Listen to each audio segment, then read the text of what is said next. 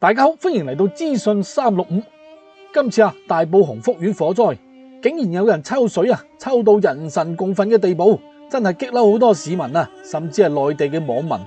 哇！睇完之後都要火山爆發我呢真係好想捉佢出嚟審一審，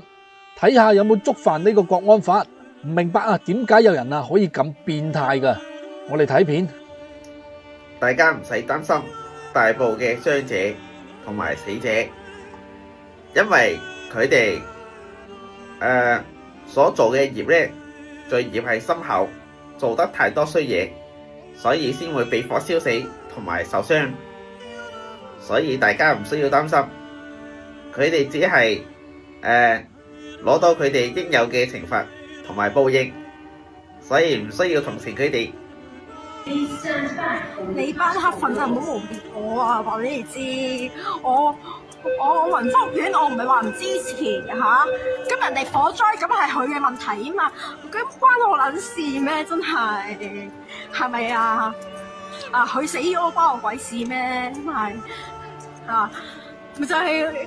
有啲人如果真係我係黑心我係好黑人憎我係好類似我返緊工，我返嗰啲人哋炒咗我都希望佢嗰個人快啲死添，我希望嗰個人快啲車禍添，累到我入醫院我夠想去火災遇難即係我唔知嗰個人我阿媽或者屋企人喺邊度住，我都慶幸佢哋嗰啲人燒死咗最好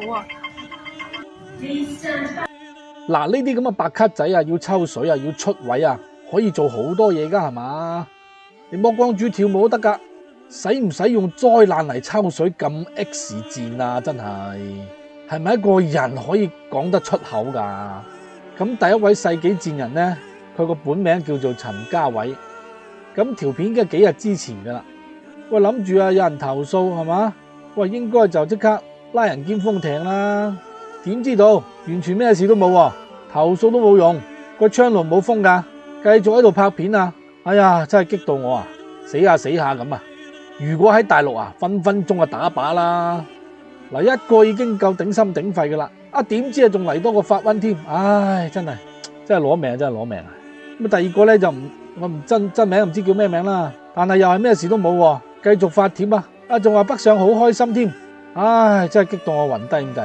喂，香港法治地方嚟嘅講啲咁難聽嘅說話，唔通唔犯法嘅咩？真係有冇人幫手追究下嗱，反而嗰個咩4大訴求即刻就俾人捉咗啦。咁呢啲人幾時捉呢？究竟唉，真係唔得啦，我要休息下先真係頂唔順我哋下條片見啦。